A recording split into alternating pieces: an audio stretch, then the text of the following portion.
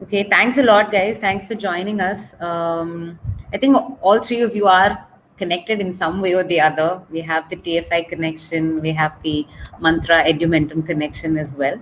So, thanks a lot for joining in. We will just probably wait for about a couple of more minutes before we can get started. Thanks for having us, Rashmi. Thank you.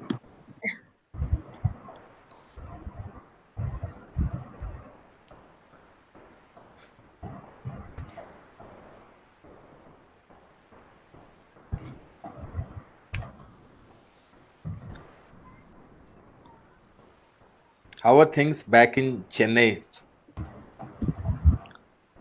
Chennai, Archana, I've been indoors, so not at all. How has it been for you, Archana? Schools are shut, Vivek, so students are home now. Of course, hopefully they are safe, and that's one part of it. With teachers, it's still been a thing because widely our teachers have been asked to come to school, whereas with fellows, we've given some options, so still exploring that. Overall, number of cases seem lesser as on date. We'll just have to wait and see. Just trying to take precautions. Yeah. How's it there? I think things are kind of getting tightening up in last 24 hours because we had some 5 to 6 case in Bhilwara, which is like 200 kilometers or 150 from Udaipur. So suddenly there's a panic button, like there's 144 everywhere. District administration has said that avoid any travel. If the rules are not followed, more likely there would be an FIR. So yeah, so I think this next 10 days in terms of is very critical as far as Okay.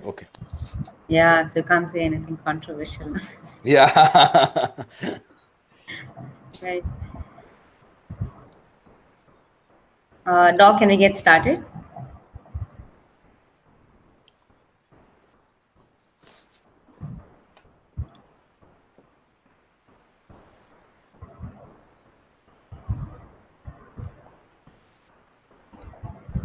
Okay.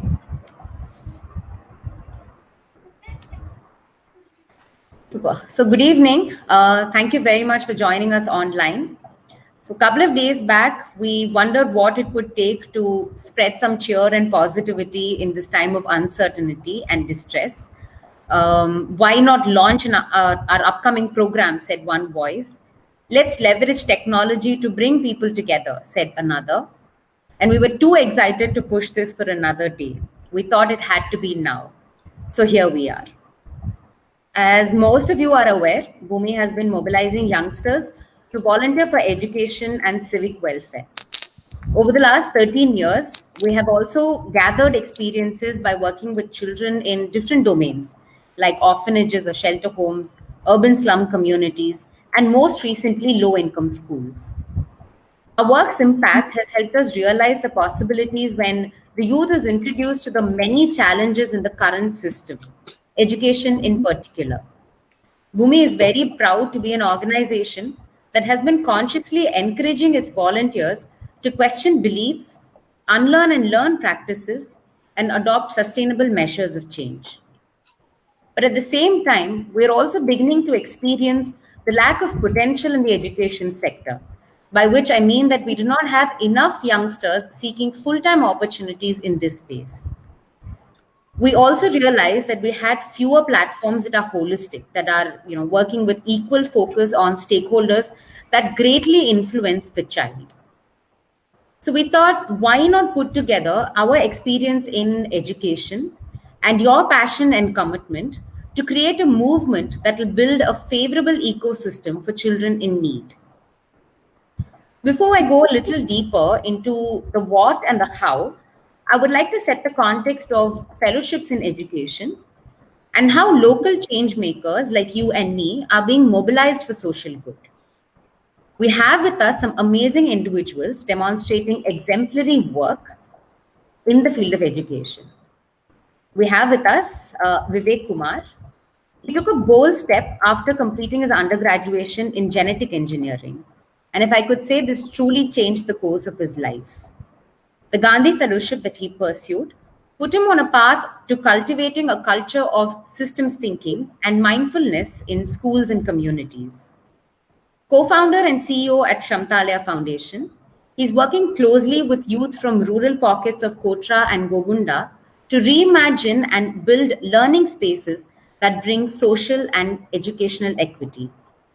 Welcome to this evening's chat, Vivek. Thank you so much for joining us. Thank you Next so much we for have having me. Next, we have Archana Ramachandran. Archana brings a diverse set of experiences on board, integrating education with management. She has a master's degree in education from the Harvard Graduate School and is currently the city director at Teach for India. Prior to which, she worked with Infosys, where she led the creation of systems and programs on competency development and change management. Welcome, Archana. Thank you, Vice. Pleasure to be here. We also have with us Revati Menon. She joined the Teach for India Fellowship right after her graduation, after which she has been with Mantra, based out of Bangalore, working in various capacities. She currently leads the Government School Transformation Program at Mantra. Welcome, Revati. Thank you. Thank you. Now, if you ask what's common to our three speakers, I would say that they all believe in the power of the youth, and they've been working closely with the community to address certain needs in their respective geographies. So, without further ado, I now ask each one of them to briefly share about their work, some levers of change that they focus on, and why they decided to drive change through youngsters. I now hand it over to the three of you in any particular order. I would request you to answer those, that question.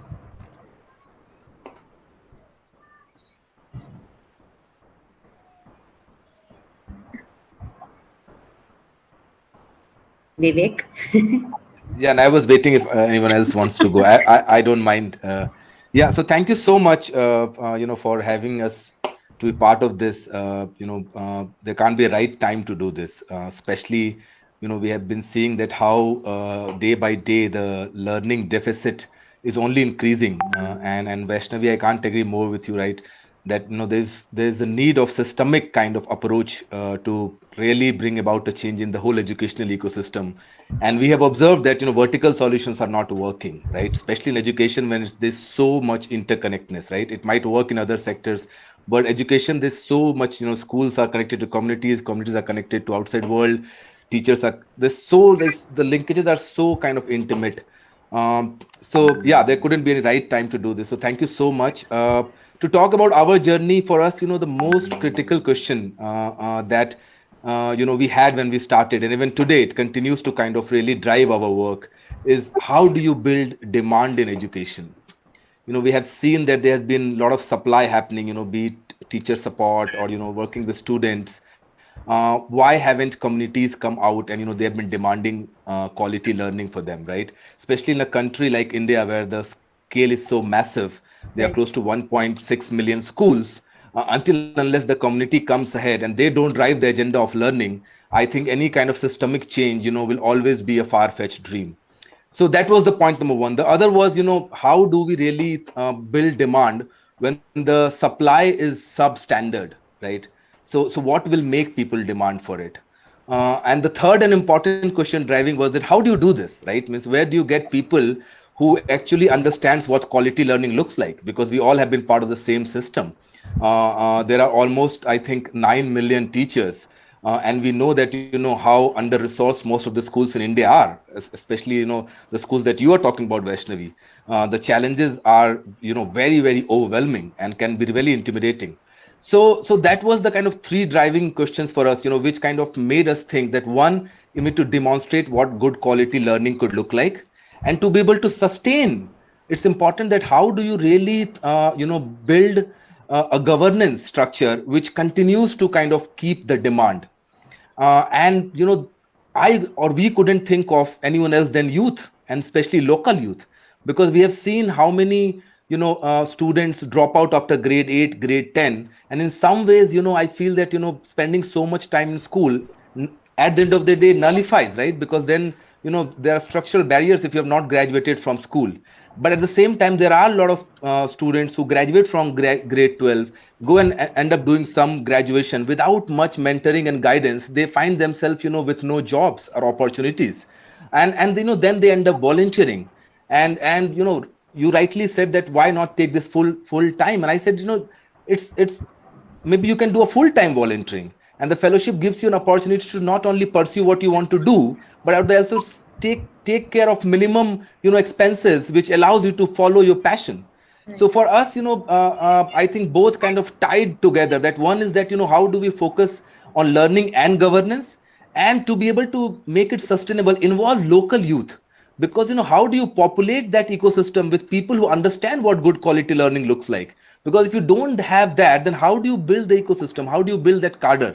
And with local people, the chances are there that if the education ecosystem improves, there are far more opportunities, they can be more enterprising. And in that sense, what has been critical for us to look for the regional development of the area. Because if that doesn't happen, people have very low motivation to continue being there. And we have seen that happening across India, right? And then creating a kind of demographic liability on the nation, whereas we have to leverage the demographic dividend. And I think, I don't think I need to say this. And to do that, I think there is no other way than investing in youth and allowing them to follow their passion, and then supporting them through this 2-year journey. Yeah. Thank you so much, Vivek. Archana or Revati, anybody? Go ahead, Revati. All right.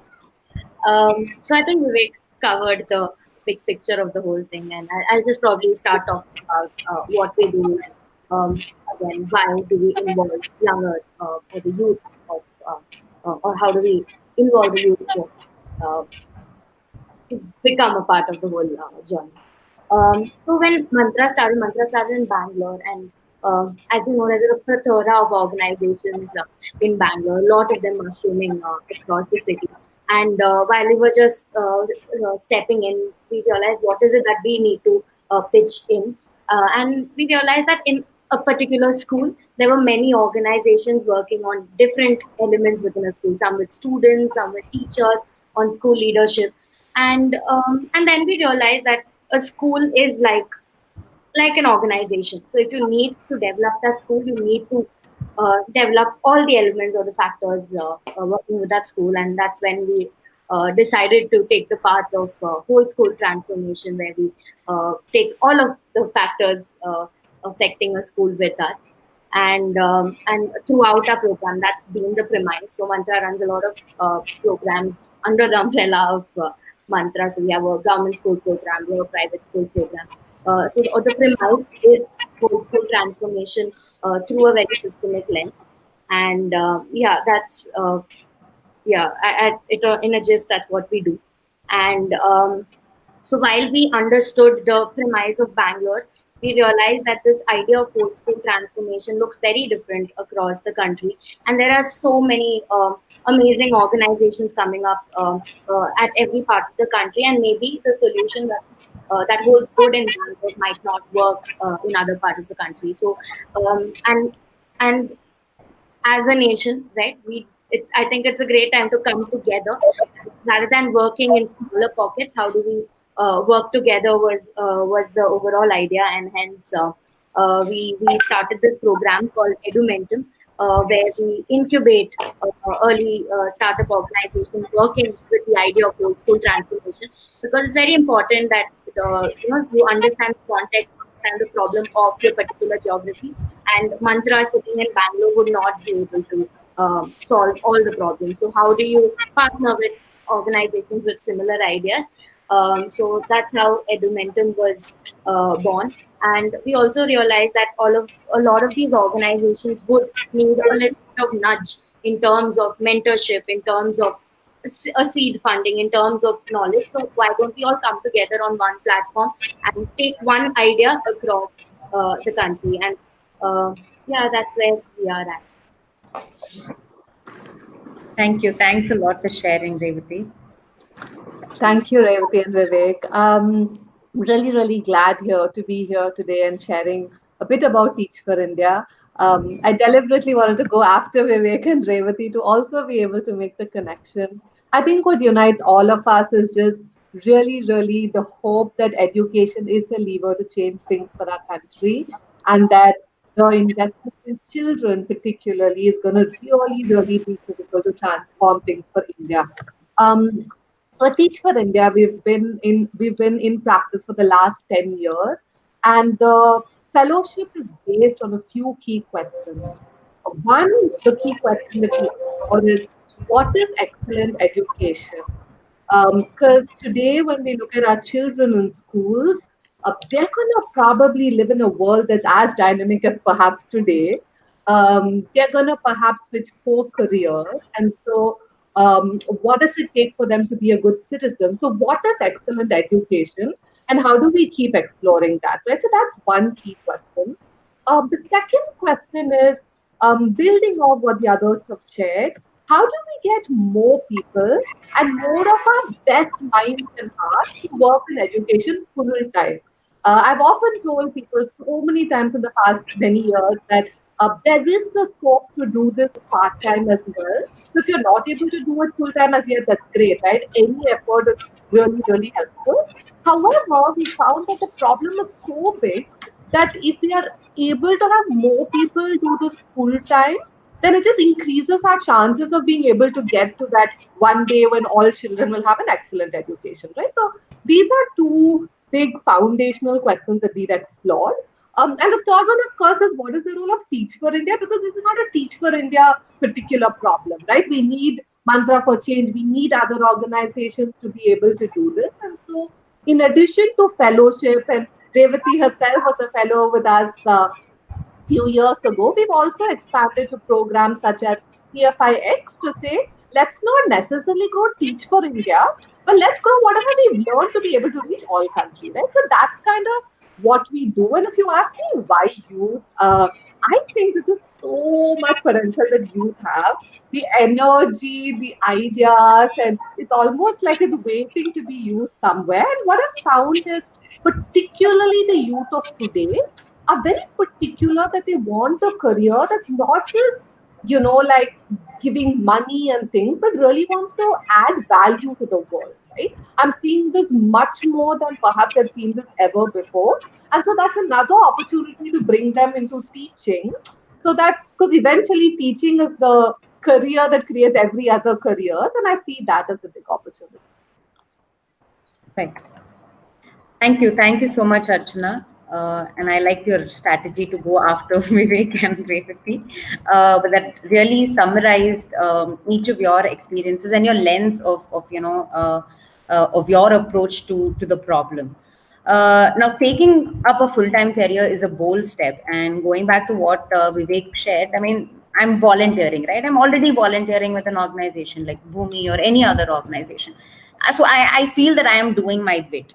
Why should I invest in a full-time fellowship when I already have so many opportunities to volunteer? Even if you're talking just about education, why take up a full-time fellowship?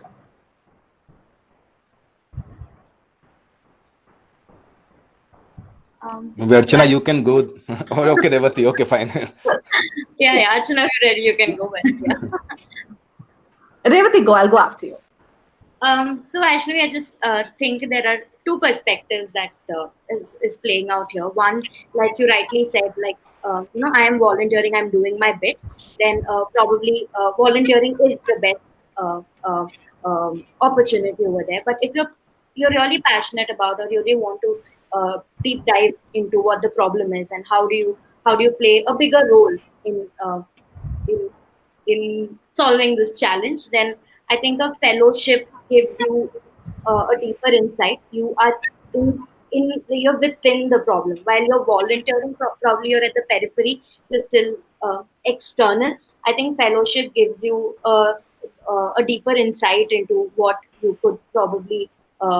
uh, what you could probably do with this particular problem or with this particular challenge. So I think it just helps you broaden your perspective. So I think, yeah, fellowship gives you that, that. I'm Yeah. sorry, that journey. I'll actually build on that. Thanks, Revati. I think the first one that I think about is just, it really helps you understand in depth what are the challenges on the ground and what are the opportunities to change things, right? What is leverage at depth? I've seen the fellowship give. The second, I think, is it accelerates the learning journey, right? The chances are, if you're volunteering and if you have a dream, then you might still get to that. But then, because you're immersing full time in this some amount of time, I just think the total hours that you put in this work accelerates wherever you want to go on this journey, right? And the third one that I've seen is the network. I think that for many of us who want to do this full time, there's always this thing of what will my parents say, what will my relatives say, what will I tell my grandma and things. And I feel the network is really helpful because it gives us a sense of, okay, there are other people in this together. Because both from a point of view of why this is important as well as to really help us move forward. Right? There are so many things, questions that we may not have answers to, and our hope is that together as a network we'll be able to figure it out. So for me, these are some other additional perspectives why I think it's a great idea to jump full time. Right. Yeah, so I have actually a real answer for this and a cliche answer for this. Go So the ahead. real, so the real answer is, I think, if you look at the journey of different fellowships in India, if you really study deeply about fellowships, all those fellows who have been able to really leverage this and make a big jump are people who have earlier volunteered. This is my kind of there's no study which I'm referring to, but my kind of assessment of situation. So volunteering is the first step. So it's a great that you have volunteered. So now the next step is a full-time fellowship. So that's how I see. The other is a cliche answer is, volunteering. What does volunteering do? Even I was a volunteer with I Volunteer before I joined the fellowship. The volunteer gives you clarity on what and how. What is that you want to do? You can do something today, you can do, and how. So it builds you implementation muscles. A fellowship does, it gives you a clarity on why. Why is that you want to do something? So volunteering helps you to give the tools, give some clarity where why, and it builds deeper perspective. So if you want to know why, then fellowship. And thirdly, and most importantly, what does fellowship word stand for? In service of something.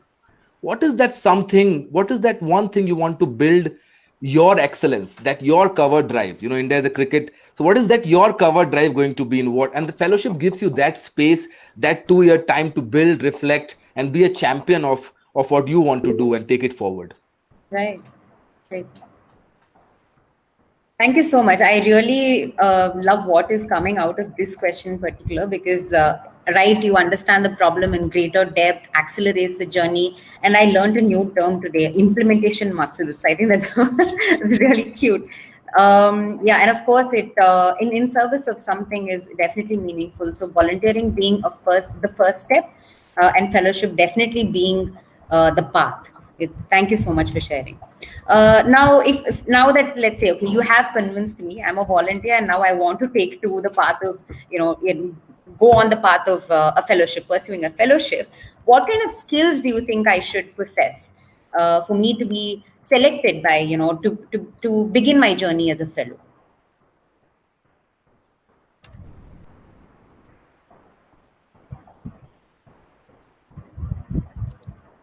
I'll go. I think I'll just talk about my experience.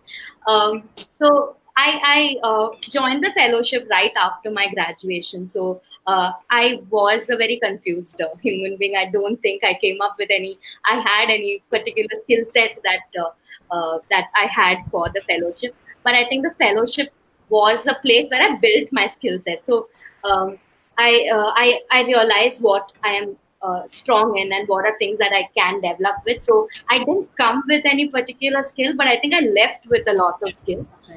But to answer your question, I think there are more than the skill. I think there are two values that I think you should have while stepping into a fellowship. I think you should be enduring and you should be stubborn. It's the fellowship is uh, a journey of a lot of things, a lot of emotions, a lot of factors being involved, and to endure through that uh, is quite a difficult task, and hence you should be stubborn so that you experience the entire fellowship as it is. So I think these are. Thank you so much, Archana, Vivek. Yeah, I can share. Thanks, Ray. It was really beautiful, actually, the way you put it. Um, so I'm thinking the first one is what Vivek shared, right? Your why has to be really clear.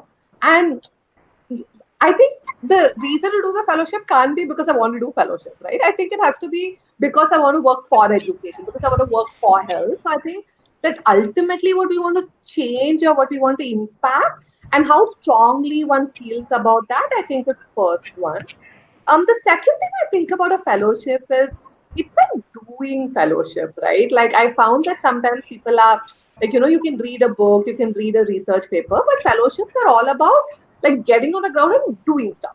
So I think that lens to say I want to do and learn needs to be high to be then able to say, okay, if I'm experiencing this, then I can go back and read and make correlations. But I think it is by implementing, it is by action, and I think that's the second one that I think about. And how do I keep learning, right? Because the whole thing about a fellowship is that there are no particular syllabus, and you go in, you do, and then you learn based on that, right? So I think a willingness to do as well as constantly learn, knowing that you might make more mistakes than you've ever made in your life. I think the final thing is that we are not the heroes in this, right? That we are doing this for learning. I think that's really important because I found that sometimes when we want to think, oh, I'm the fellow who's going to transform India, that's not what it is, right? It's a fellow and you have to learn about the situation, about who are the enablers and work along with the others, whether it's at a school or whether it's a district. I think that working along with others and saying that we're in this together, I think if someone has these three, then everything else we can learn.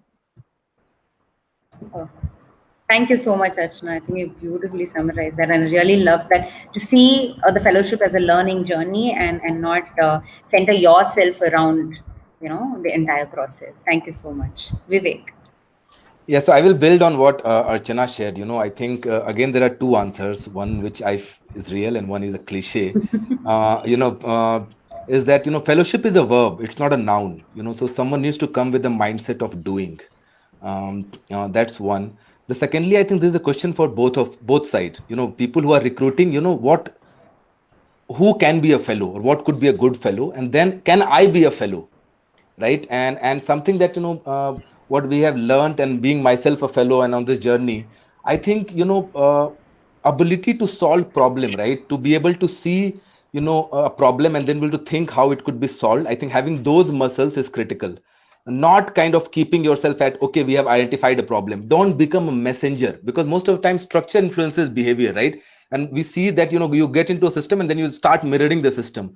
So at least if someone who is ready, and that's why having a volunteering experience helps, to really be able to move beyond just identifying a problem.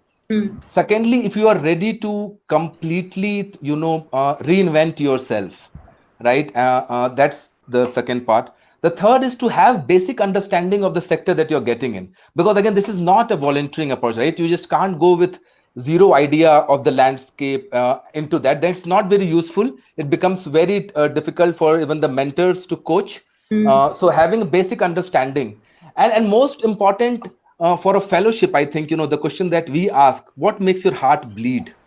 I think having at least some kind of answer for that question is critical before you get into, because it's a 2-year full-time rigorous program, right? And then in terms of knowledge, skill, and ability, right? Just kind of having a check that you understand what quality education looks like. Even though then you have that kind of keenness to understand that you have certain abilities.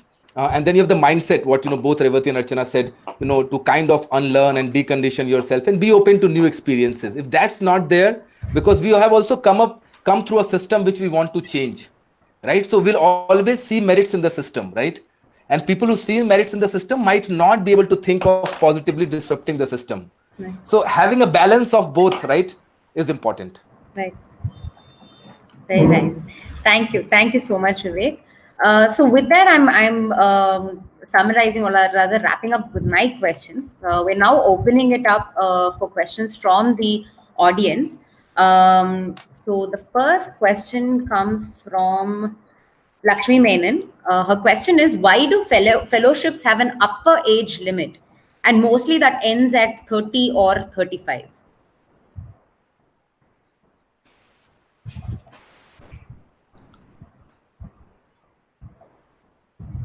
Yeah, so I can go for this. Yeah, so I don't have any scientific explanation for this, but generally, what is kind of the thought behind it. Spoken to few people who have run fellowship for long, is that a lot of work goes into this, right? You give your 2 years, a lot of lifestyle compromises happen, and then once you are kind of ready to bring about large scale systemic change, we are hoping that you have 10, 20, 30 years of good productive time, when you're agile. And I'm not saying that people at 60 are not agile, right? But they are. But just kind of generally speaking, that just kind of your flexibility, reflexes, your ability to let's say make those lives, because I think fellowship is not a career choice. Fellowship is a lifestyle choice. So just kind of having good 20, 30 years ahead of you, helps to kind of because there's so much of investment that goes into that. But at the same time, I'm sure that there are fellowships which go beyond 40 and 50 as well. But generally, I think this is what I think the idea is, that how you can have more time once you have figured out what is that you want to go deep in. Right. So starting early, that's why it's helpful. Right. Archana and Revati, would you like to add something to what Vivek just shared? Yeah, very similar. I'll just add one point. So I resonate a lot with can we bring in people early so that the decades they spend in this work is more. I think the second is from a very design lens. This is not the primary reason. So, for example, we today take fellows across age groups, right? And sometimes at the design level, it you'll need to do a lot more differentiation if your cohort is extremely widespread in terms of age group. So for people who are starting out with fellowships, maybe that's another lens to look at, to say if we take a slightly, because there's already so much diversity in other parameters, maybe with this one parameter we want to look at from a design lens as well, it may be helpful. Right. And I think from an operational point of view also, like so once people get into a system and get engulfed with all the probably a corporate culture, it might it might be difficult to pull them out, and also to start off early, I think gives you a vantage advantage. Yeah, it gives you an advantage. Right. I would just like to add one clarification, I'm just conscious of not being controversial, is that, as I'm aware that Teach for India, I think, takes fellows across all ages, right? And that's a great thing to do. But I think what I also meant is that, after a certain point in time, your choices can differ, right? So just kind of education is a 10-year work, right? So just can you start early, you have just that more, financial and social flexibility to do that. Generally, if you just look at the middle class and lower middle class, the choices are far more less when you grow up, when they have more social and financial liability. So it just gives you that kind of extra risk taking scope. Yeah. Okay. Thank you. A lot of people who have bought, I think, large scale change, they have started after 50. So I don't want to kind of discount that. That's very true. Yeah. Thanks for clarifying that, Vivek. So we have one question coming from Satish Ravi. So fellowships, I mean, we've been running fellowships across the country, and there's a lot that is changing with time in terms of the culture as well. So how do you resonate with the idea of fellowships for Gen Z, right? So Gen Z is like born after 95.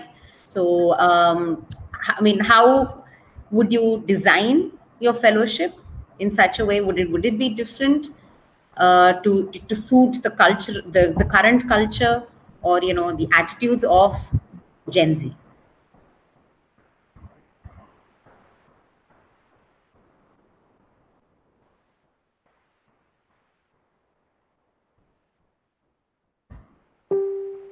Vivek, lot more, yeah, lot more freedom, I guess. I think what I have experienced, people are joining fellowship, they come up with this, that what is there for me to learn.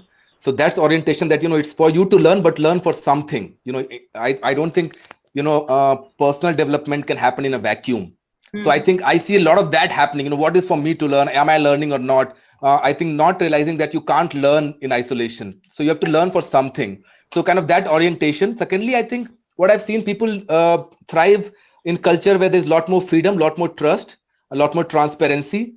Yeah, so I think, and then also kind of involving a lot more tech, because they feel that they can leverage tech a lot. Yeah, so I think kind of being open to those three things, I think it would make their life much more easier. Right. Thank you, Vivek. Thank you so much. Archana and Revati, would you like to add something to that? Because I'm sure, Archana, you've seen Yeah, quite a few batches yeah, through yeah. guys. Yeah, So I I'm sure. resonate actually with all. Yeah, I resonate with all the three ones that he mentioned, right? Autonomy, independence. I think that's one big one. The technology has been another, as well as a culture of trust, openness to, the space to be able to discuss, debate, all of that. I might just add one other thing on. I found Gen Z people to be a lot more on the journey to explore their identity. So it's like, who am I kind of a question, Right. much earlier than maybe others have, right? And therefore, how is the fellowship helping them be on that journey through the process of the bigger goal that we are all in service of? There might be one other that I'll add. Right. Thank you, Archana. Revati? Just adding on to what both of them said, I think the generations that's just joining the fellowship is exploring themselves. So a fellowship can't be very one directional. You need to give them a plate of different experiences that they can probably get into. So like they said, autonomy, being having that experience of many things, so that like Archana said, they identify with what they resonate. Right. One thing, Vash, Navi, that I want to add, I want to be more authentic in this conversation, that especially with, this new generation and the choices that they are making, it's a privileged choice. And with that, I think certain sense of entitlement comes, how we can negate that. How do we really also ensure that, that doesn't creep in, because Right. that can really negatively affect their journey and also the people we work with. So, Right. yeah, so just wanted to kind of flag this as well. Yeah. Thanks. Yeah. I think Yeah. that's very I just important. want to add one other point, right? I think from a Go ahead. design lens, to keep in mind that many times the people designing are not Gen Z, and we Mm. might be many generations actually away from them. And sometimes I'm just like, I don't know what it is like to be you, Exactly. right? So Right. just asking them has been helpful. Rather than assuming, like, let's say, what we see as traits of Gen Z, I just think, yeah, that awareness and therefore directly engaging with them to seek Right. where they are and meet them there. And involving them in the design. Yeah, yeah, to Right. be able to do that. Yeah, giving them the benefit of doubt. I think the new generation is quite open to a lot of opportunities. So Yeah. I think the frame that we're looking into, what do they need? I think they're also coming from what do you want. So Mm. I can see that also. Right. Right. That was an interesting question. I really like the answers from each one of you. Thank you so much. The next one is from Prabhakaran. He's asking, fellowships are always considered as a big step in terms of long term uncertainty, given the lack of clarity around what after fellowship. So, what would be your 2 cents for potential fellows on this?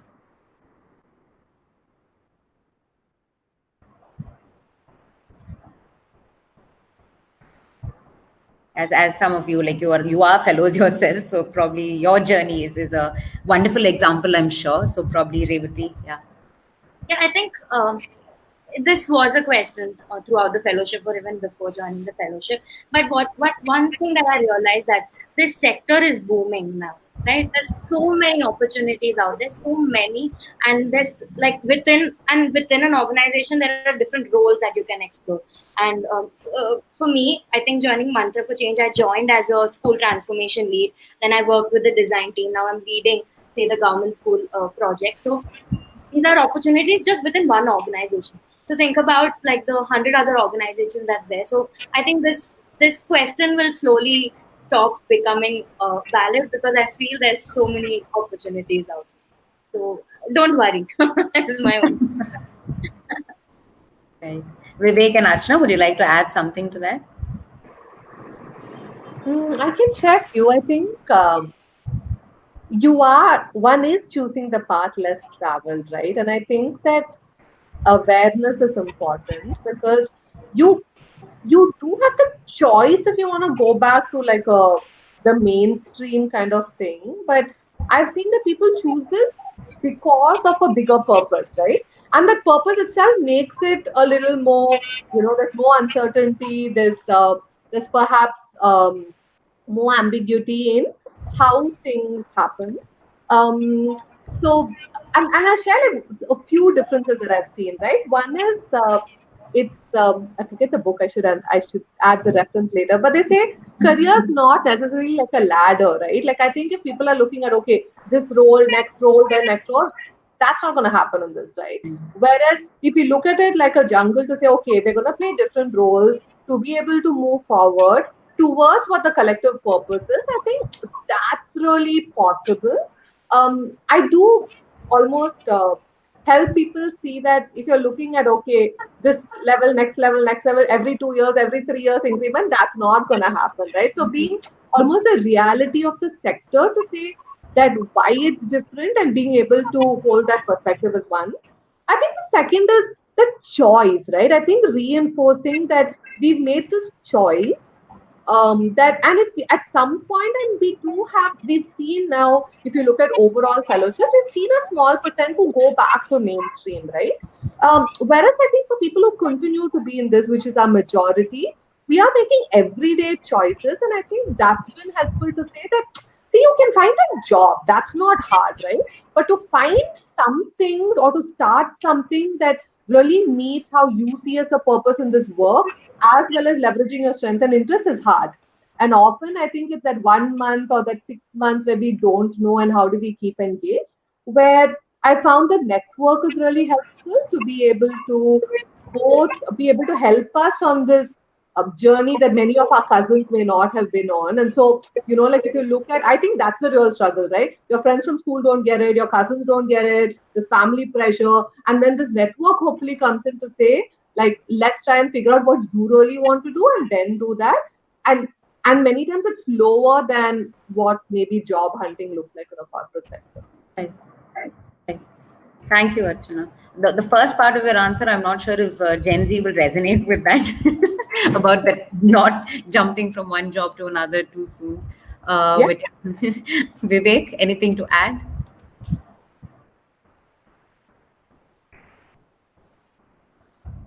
Vivek, we can't hear you. I think you're... Okay. No, I was saying I have a different point of view because in last 10 years, fellowship sector has evolved. And today I feel fellowship is a more safe option than any other option because the ecosystem is there. And actually there's a lot more appreciation and acknowledgement. If you see a lot more new opportunities that's coming up, Vaishnavi, they say that, either a master's or a relevant fellowship. So I think the ecosystem has started appreciating this. They are seeing this equivalent to some kind of experiential education. And then there are places which are appreciating this lot more. Correct. And also in corporate sector as well, they will choose a fellow than who has done a master's. Means there is no set rule. So I feel it's a lot more safer option. Secondly, if you look at the nature of fellowship, and also I understand from Bhumi Fellowship, it builds your muscles for ambiguity, uncertainty, and also builds entrepreneurial mindset. So then you are far better prepared than your contemporaries.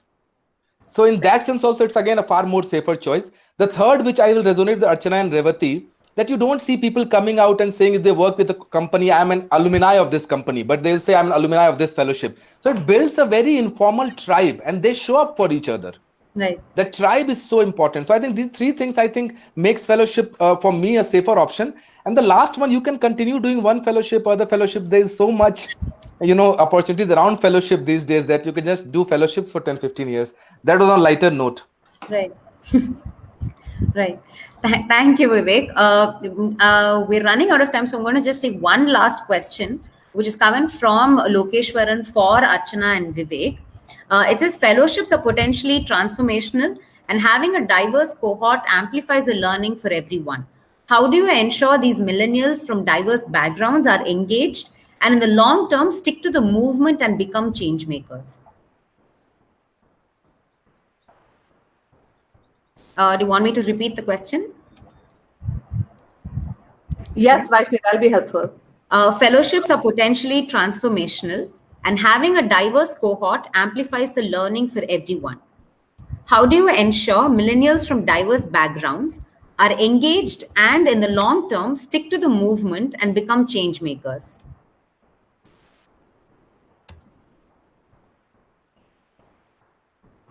You want to go, Archana? Yeah.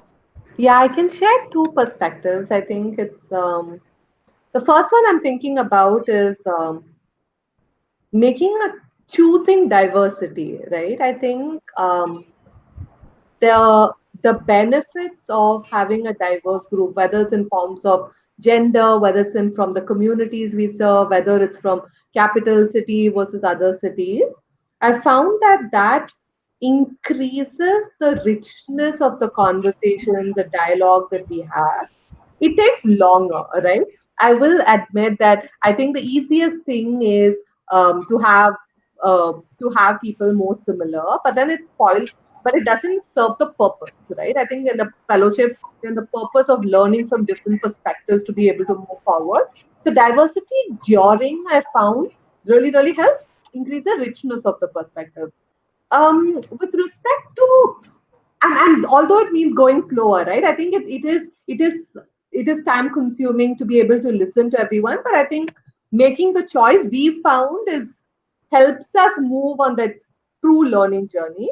um I think when I look at the long term, the lens that at least we hold is that as our fellows graduate from Teach for India, each fellow, if you plot them on a spectrum of what about Teach for India do they agree with, what about Teach for India they don't agree with, they're all in the spectrum of certain things they agree with and certain things they don't agree with, right? And for some people, many things they might agree, for some people, few things that they may agree, and which is fine, right? As long as that we want our people to go out and try different models, as long as we're staying true to those three questions, which is an education that's excellent, group of people that shows up for others to be able to do this, and three, that going and saying that we are in this work together and not from a sense of heroism, right?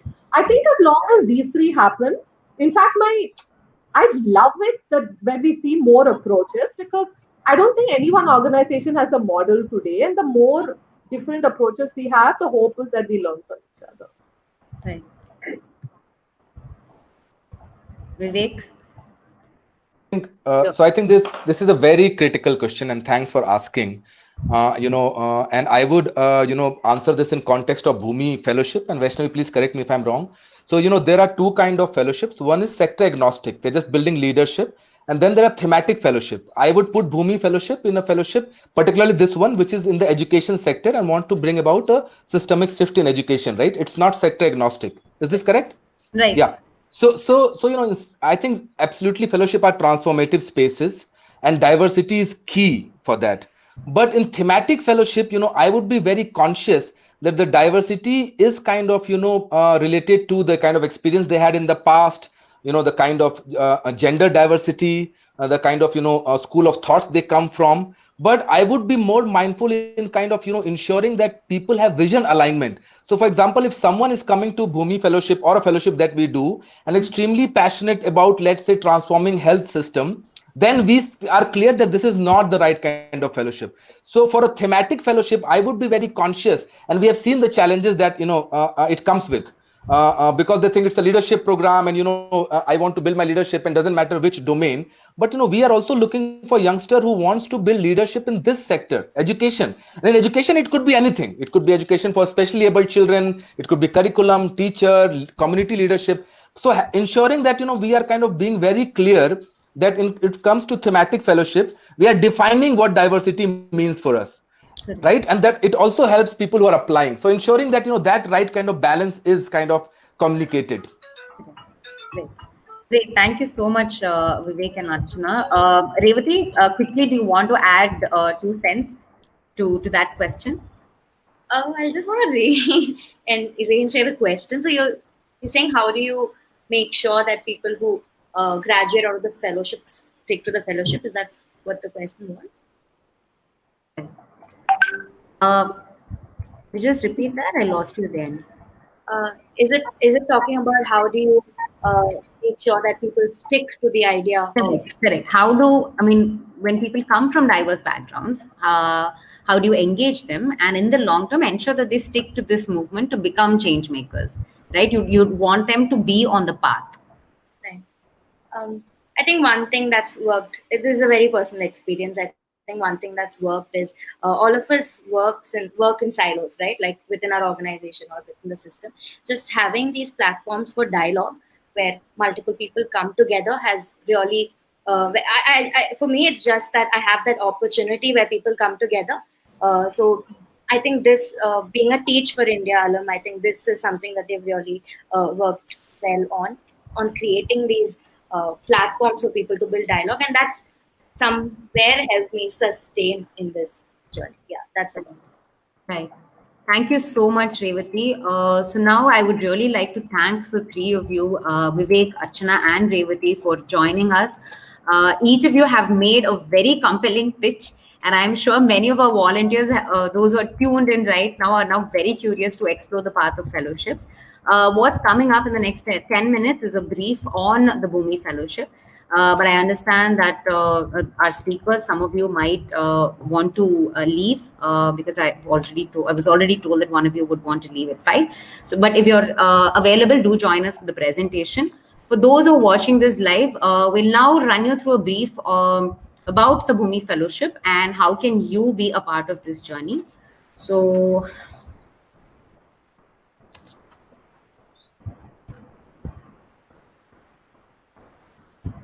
okay.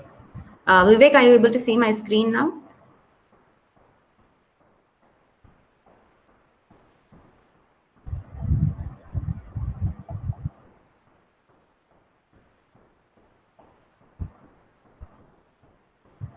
Not yet, Vice. Not yet. How about now? Yeah, can see. It's just loading. So, yes, I mean, we've now pondered a lot about the need for fellowships, particularly in education. And like I had shared initially in my introduction when we just started off, we see great potential in our volunteers, and we believe that you have taken the first step by volunteering with the organization, by making an attempt to understand the problem. That is the first step, like Vivek also shared. So now, how can we go a little deeper? What next step do we take is something that we asked ourselves, and we said, why not? Because we've already worked with schools for 3 years. We kind of understand how the system works. So, and there is also a big gap in terms of potential out there. So why not offer a journey for our volunteers to take on something much bigger, to understand the problem at a greater, in greater depth. So as you're all aware, these are the education programs right now, the ongoing programs in Bhumi. We work extensively with orphanages, urban slum communities, low-income schools, and we also provide scholarships for school and college education. With the orphanages, we run a weekend volunteering program that many of you are a part of. We also run after-school community centers here in Chennai. The focus is largely literacy and numeracy skills here. 3 years back, we started working with schools in the area of socio-emotional development of teachers and children, but that gradually transformed into a much deeper and more comprehensive program, which is our ongoing whole school transformation program, where we have full-time resources placed in these schools to work alongside teachers and school leaders. And of course, the scholarship program that we've been supporting over 2,000 children across the country. So while we're working with schools, like I mentioned, we wanted to go a little deeper and say that why not influence the stakeholders who are working directly with these children? They are a great influencer, enablers, like Archana put it. So how do I make them do better? You know, what they're already delivering, how can that be enhanced is something that we really wanted to explore. And 2 years into the program, we've gathered experience to now transform this into a fellowship. So what we look here is like the whole school transformation program with a full-time resource put in the school, which is our young fellow who's going to be placed in the school, will work alongside students, school leaders, and teachers. With teachers, we already believe that they do have pedagogical practices that they are already exercising, demonstrating in the classroom, but how can this be improved? How can you improve teacher involvement and initiative, and how that will translate into the teacher leadership within the school and the classroom. Also improving relationships between teachers, between teacher and child, and teacher and headmaster. Now, with the school leaders, these are the visionaries in the school. They are the people who say or want to know, have a vision for the school, and how do you build a shared vision, and how do you build in efficient practices, leadership practices in the school leaders is what we're looking at. So in terms of the possibilities, he or she is the hero there in terms of saying that this is what my school should look like 3 years from now, and not get trapped in any administrative work. So that is what we are looking at, or that's the intervention with the school leaders will look like. Now, with the students, we're looking at improving the exposure and awareness. What they are getting is definitely not enough. So how can you engage them in leadership platforms? Through leadership platforms, how do I increase their motivation and work on their learning outcomes is also something that we will look at. So collectively, we look at this as the ecosystem. For year one, this I'm just giving a brief intro into the fellowship, but this is much deeper. We will be engaging with parents as well. So this is a brief of the ecosystem that we believe needs to be strengthened, because we see the school leader, the teacher, and the student, working with each of them will collectively strengthen the ecosystem and eventually benefit the child's holistic development is the premise of the fellowship. So what can we do? What do we seek to do through the fellowship is, of course, youth engagement, engaging directly with each one of you, giving you the opportunity to understand the problem in greater detail. Like we shared earlier, develop the skills that are required to take on a much bigger path or much bigger journey in the years to come. Scalability, we at 5 years from now, we want to give you the liberty to say that this is something that I would like to expand to my native or to my hometown, which right now does not have access to such opportunities. So we are really looking at scale in the long run. Building entrepreneurs, we believe that each one of you has immense potential, and that you've already understand the problem a little bit. So how can we nurture the entrepreneurship spirit in you? How do we provide you, get you to understand the problem deeper by engaging you in whole school transformation, and in the process igniting young change makers in the ecosystem is what the fellowship will be doing. So what are the next steps? We invite you to register on fellowship.bhumi.ngo. This will be the first step, and we will be sending you more details on how you can apply for the fellowship. This is only a registration process. So the website has more details about the fellowship. I would urge you to have a look at this and register yourself if this is something that you are interested to pursue full time and set aside 2 years or as a learning journey. So with that, we wrap up the webinar today. Thank you so much for joining us. We are very excited. We at Bhumi are extremely excited at this possibility of seeing many of our volunteers transition from the role of a volunteer to a full-time fellow, and potentially becoming a resource for the education sector itself. So it is just the beginning, and we as a family, we're really inviting you to explore this path, and as a full-time opportunity, and as a career opportunity itself. So any closing thoughts from Archana, Vivek, and Revati? I would invite you to share any closing thoughts, and really take this opportunity to thank each one of you for joining us. Vice Doc and the whole of Bhumi team, thank you so much for doing this and really like bringing joy and hope on an otherwise completely work from home cutoff day. I think with all the experience and the network that Bhumi has built over the last decade, really, really wishing you the best in this work. Thank you. Thank you, Archana. Thanks for joining us. Revati.